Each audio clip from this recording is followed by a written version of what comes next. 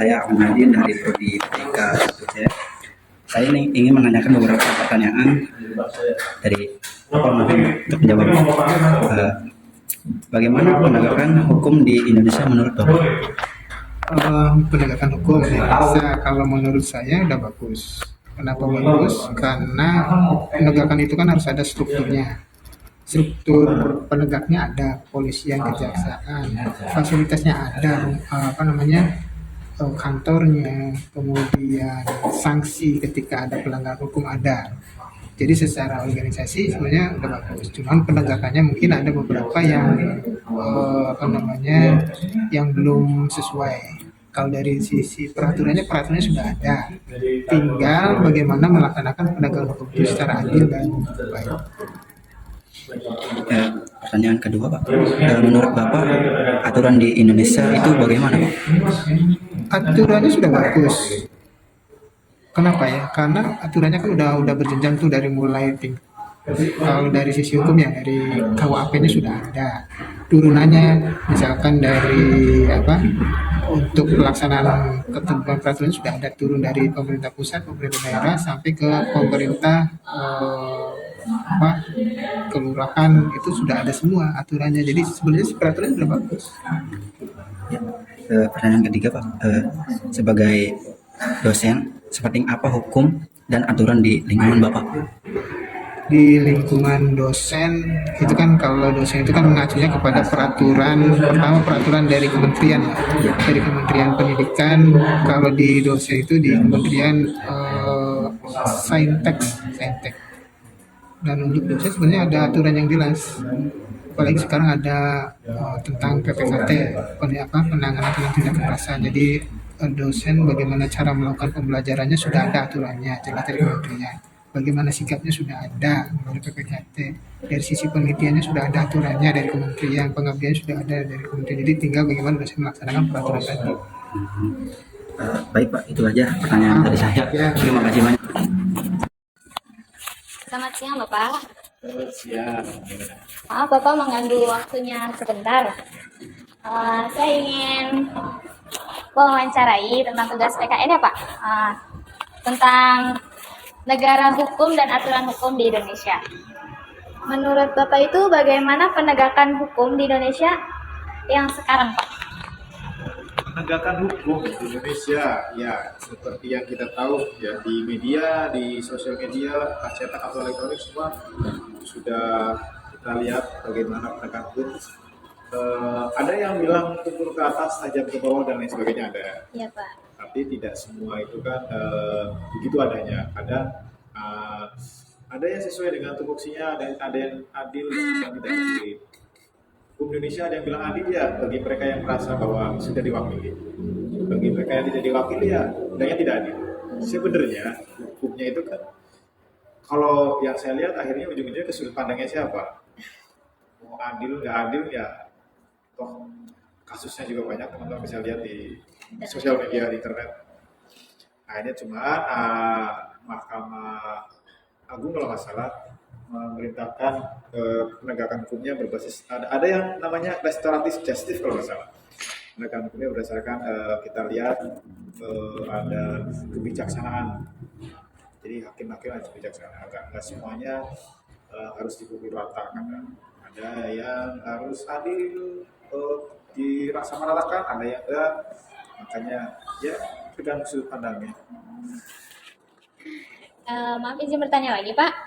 Menurut Bapak, aturan di Indonesia itu bagaimana, Pak? Aturan yang sekarang itu berjalan atau tidak, atau bagaimana, Pak? Aturan hukumnya, kalau kita lihat di KUHP itu kan sekarang ada KUHP yang baru. KUHP yang baru itu sudah disahkan dan akan berlaku di 2026, awal 2026 akan mulai berlangsung. Karena selama ini kita pakai aturan hukumnya hukum peninggalan kolonial. Maka negara merubah hukum itu berdasarkan dengan karakteristik Indonesia itu sendiri dan sudah disahkan oleh DPR dan akan mulai dilaksanakan itu mulai 2026. Itu punya KUHP ya KUHP namanya. Izin bertanya lagi, Pak. Sebagai Bapak dosen Kaprodi, sepenting apa hukum dan aturan di lingkungan Bapak?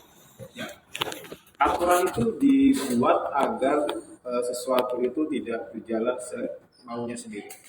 Aturan dibuat agar tujuan yang ingin dicapai itu on the track, tidak melenceng. Tetapi aturan juga itu tidak selamanya kaku ya. Ada beberapa aturan-aturan kalau di prodi itu ada aturan yang masih bisa di negosiasi. Contohnya ya kalian tugasnya harusnya UTS nggak boleh susulan, ada susulan kan, aturannya kan begitu. Cuman kebijakan dari masing-masing dosen itu kan akhirnya dipersilahkan. Aturan memang harus ditegakkan, cuma kadang aturan juga harus melihat situasi dan kondisinya. Kalau di konteksnya di prodi ya, kalau konteksnya di kejahatan beda lagi. Terima kasih Bapak atas waktunya. Terima kasih. Sebelumnya perkenalkan, saya Fatimah Mutusifat dari kampus IPB Cirebon. Ingin bertanya ke Bapak, sebenarnya nama Bapak siapa? Nama saya Iya. Zulkifli. Bapak itu bagaimana sih penegakan hukum di Indonesia? Gimana ya? Sederhana, yang dulu kan di bawah tajan di atas tumpul. Maksudnya tahu nggak? Enggak. Tajan ke atas, tajan ke bawah, tumpul ke atas. Oh, tajam ke masyarakat bawah. Iya gitu kan.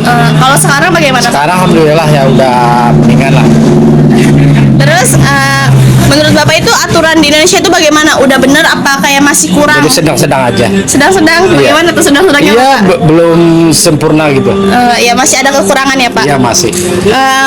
Menurut Bapak seberapa penting hukum dan aturan di Indonesia untuk kayak masyarakat kita untuk di kehidupan sehari-hari? Ya kalau buat masyarakat ya yang betul apa namanya tuh ya. Penting atau tidak itu? Ya penting lah, masa Ya. kalau nggak penting ntar nyuri aja masyarakat sih gimana? Iya. Ya, Ya sudah. apalagi. Udah Pak, segitu aja. Oke. Makasih Bapak. Oke, sama-sama. Nggih. Kan saya dari IPB mau menanyakan tentang hukum dan aturan di Indonesia. Menurut Bapak, bagaimana menurut pelayanan di desa tentang penegakan hukum di Indonesia? Ya, kalau sementara ini kami pemerintah desa Kertayanangun menanggapi, melihat ya sesuatu yang ada di negara Republik Indonesia tentang hukum yang menurut saya sih bagus saja, tergantung daripada orang-orang yang senantiasa mempunyai kekuatan hukum itu sendiri. Kalau aturannya sudah bagus. Dan menurut Bapak, aturan di Indonesia itu bagaimana? Apa sudah benar atau kurang atau seperti apa? Aturan Indonesia itu menurut saya sih sudah benar. Setiap aturan itu pasti ada suatu kebenaran, Pak. Tergantung daripada kita yang mengikuti aturan tersebut. Tatkala kita posisinya tidak pas dengan aturan karena pribadi sayanya yang tidak pas, tapi aturannya sih tidak pas. Oke. Dan menurut Bapak sebagai pelayanan di desa, sepenting apa hukuman dan aturan di pekerjaan yang Bapak kerjakan? Kita perangkat desa membidangi di pelayanan, setiap administrasi yang kami keluarkan itu harus sesuai dengan aturan-aturan yang ada. Sebab setiap surat yang keluar dari instansi itu kan jangan sampai penyalahgunaan kesalahan daripada aturan yang ada. Seperti itu. Berarti kami menjalani tetap sesuai dengan aturan yang ada. Jadi sesuai peraturannya. Peraturan yang ada. Terima kasih ya Pak.